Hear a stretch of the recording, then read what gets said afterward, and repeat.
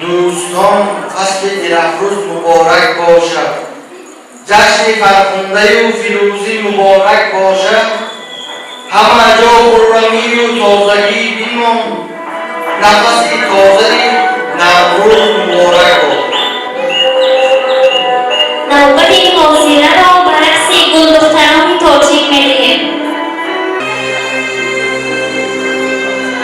دختر تاجی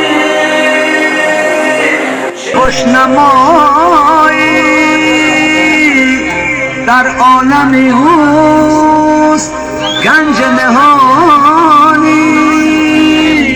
در عالم جان، روی روانی چه خوشنمایی.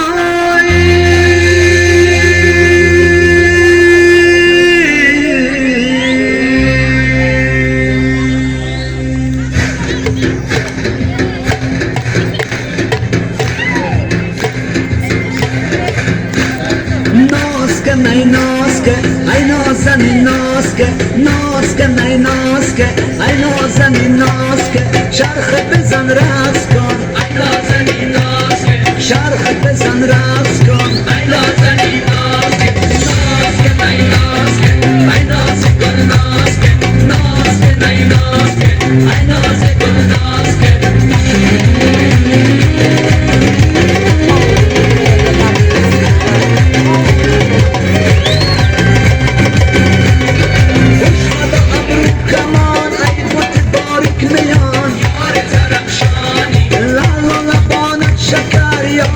دلجوی من درکی ساری، دل بر شیرین من بیا با بالوی من، یارک قدلانی بیا بشین در برم ای گل ماروی من.